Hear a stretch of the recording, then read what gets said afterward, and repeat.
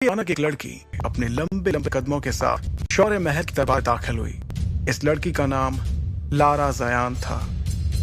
Lara के दादाजी वहां साम्राज्य के एक सेनापति रह चुके और अबल की होने वाली लीडर थी। और वहां साम्राज्य सबसे ताकतवर दलों में से ये इतिहास में पहली बार था कि कोई इतनी कम उम्र में अम्र दल का लीडर बनने वाला था। लारा को अपने सामने देखकर सभी लोगों के साथ अरेंद्र भी हैरानी में पड़ गए, क्योंकि सभी जानते थे कि ये कोई आम लड़की नहीं बल्कि अंबर दल की होने वाली लीडर थी। लारा का अचानक इस तरह से महल में आना किसी को भी समझ नहीं आ रहा था। फिर भी उसे अपनी ओर आते देखकर शौर्य दल के प्रमुख अरेंद्र ने कहा, तुम्हारा स्वागत है लारा।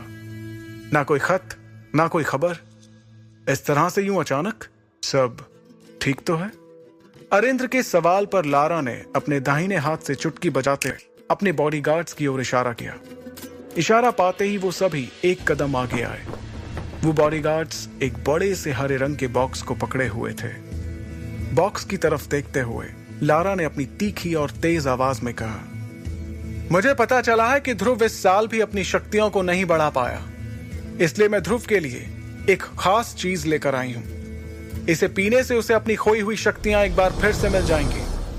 अरेंद्र ने ध्रुव की ओर देखकर दोबारा लारा को देखते हुए कहा, लेकिन लारा, हम तुमसे कोई तोहफा ले सकते हैं, और वैसे भी तुम कुछ ही दिनों में हमारे परिवार का हिस्सा बनने वाली हो।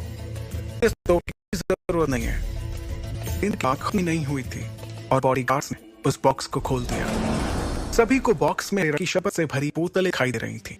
वहां सभी लोगों ने इस शरबत को पहचान लिया था। अरेंद्र ने उस शरबत की ओर हैरानी से देखते हुए कहा, कमाई शरबत? ये तो बहुत कीमती शरबत है। हम तुमसे इतना कीमती तोहफा बिल्कुल भी नहीं ले सकते लारा।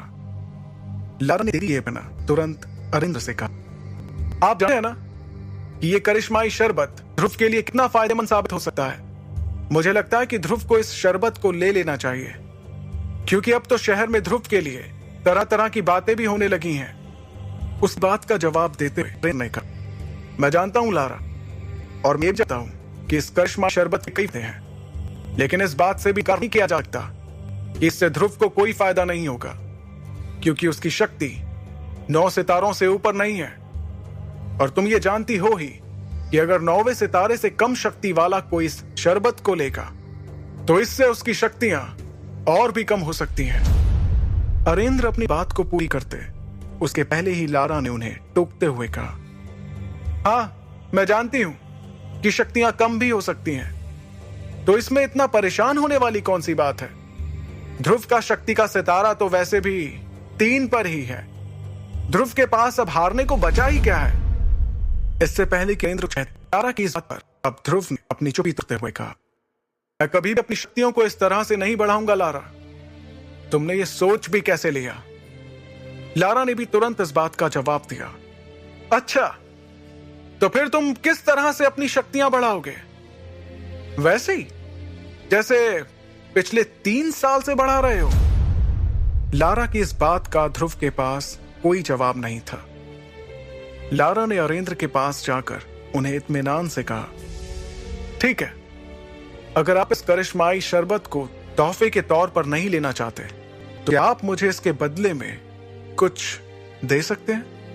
लारा की इस बात पर अरेंद्र ने बिना कुछ सोचे समझे कहा, हाँ हाँ, बिल्कुल, क्यों नहीं।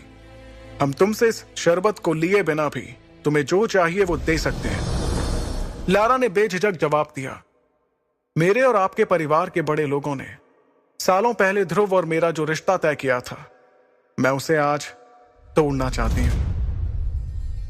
लारा के मुंह से इस बात को सुनकर ध्रुव, उसके पिता अरेंद्र और वहां पर मौजूद सभी लोगों के पैरों तले जमीन सरक गई।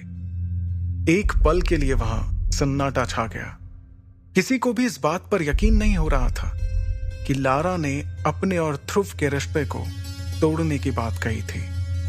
अगले ही पल अरेंद्र ने अपनी नाराजगी जाहिर करते हुए तेज आवाज में कहा, लारा, ये जानते हुए भी कि यह रिश्ता तुम्हारे और हमारे परिवार के बड़े लोगों ने तय किया है, तुम कैसे रिश्ते को तोड़ने की बात कर सकती हो?